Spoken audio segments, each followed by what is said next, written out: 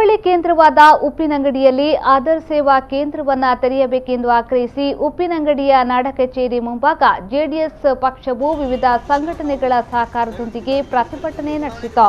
ಜೆಡಿಎಸ್ನ ಪುತ್ತೂರು ವಿಧಾನಸಭಾ ಕಾರ್ಯಾಧ್ಯಕ್ಷ ಅಬ್ದುಲ್ ರೆಹಮಾನ್ ಉಪ ತಹಶೀಲ್ದಾರ್ಗೆ ಮನವಿಯನ್ನ ನೀಡಿದರು. ಸಂಘಟನೆಯ ಅಧ್ಯಕ್ಷ ಜಿತೇಂದ್ರ ಶೆಟ್ಟಿ ಮಾತನಾಡಿ, ಪುತ್ತೂರಿಗೆ ಹೋದರೂ ಅಲ್ಲಿಯೂ ಆಧಾರ್ ಕಾರ್ಡ್ ಮಾಡಿಸಿಕೊಳ್ಳಲು ಸಾಧ್ಯವಾಗುತ್ತಿಲ್ಲ. ಇದರಿಂದ ವೃದ್ಧರು, ಕೂಲಿ ಕಾರ್ಮಿಕರು ಸೇರಿದಂತೆ ಆಧಾರ್ ಕಾರ್ಡ್ ಮಾಡಿಸಿಕೊಳ್ಳುವವರು ತಮ್ಮೆಲ್ಲ ಕೆಲಸವನ್ನ ಬಿಟ್ಟು ವೃಥಾ ಅಲೆದಾಟ ನಡೆಸುವಂತಾಗಿದೆ.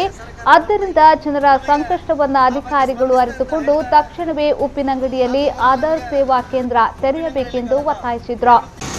ಒಳ್ಳೊಳ್ಳೆ ಯೋಜನೆಗಳು ತರ್ತಾನೆ ಇರ್ತೀರ, ತನ್ನಿ ನಮ್ಮ ಬೆಂಬಲ. ಆದರೆ ಅದಕ್ಕೆ ಪೂರಕವಾಗಿ ಈಗ ಆಧಾರ್ ಕಾರ್ಡ್ ಪ್ರತಿಯೊಂದಕ್ಕೆ ಲಿಂಕ್.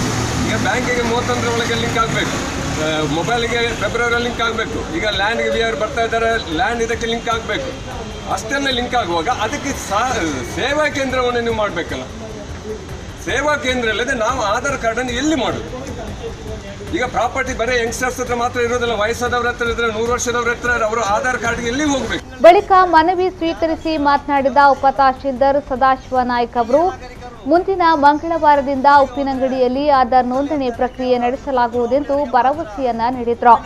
ಇನ್ನು ಪ್ರತಿಭಟನೆಯಲ್ಲಿ ಜೆಡಿಎಸ್ನ ಬಿಎಲ್ ಚಂದ್ರಶೇಖರ್ ಅಂಚನ್, ಖಲಂದರ್ ಶಾಪಿ, ನಮ್ಮೂರು ನಮ್ಮೂರು ಸಂಘಟನೆಯ ಜಾನ್ ಕೆನೆಟ್, ಅನಿ ಮಿನೇಜರ್ಸ್, ಜಯಪ್ರಕಾಶ್ ಶೆಟ್ಟಿ, ಸತ್ಯಾವತಿ, ಅಮಿತಾ, ಹರೀಶ್ ಮೊದಲಾದವರು ಪಾಲ್ಗೊಂಡಿದ್ರು.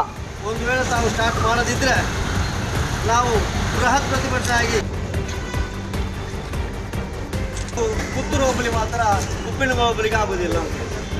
ಈ ರೀತಿಯ ವ್ಯವಸ್ಥೆಯನ್ನು ಮಾಡುವಾಗ ಇದಕ್ಕೊಂದು ಪರ್ಯಾಯವಾದ ಒಂದು ವ್ಯವಸ್ಥೆಯನ್ನು ಯಾಕೆ ಸರ್ಕಾರ ಮಾಡ್ತಾ ಇಲ್ಲ? ನಮಗೆ ಆ ಬಗ್ಗೆ ಸ್ಪಂದಿಸ್ತದೆ ಅಂತ ಹೇಳಿದ್ದಾರೆ.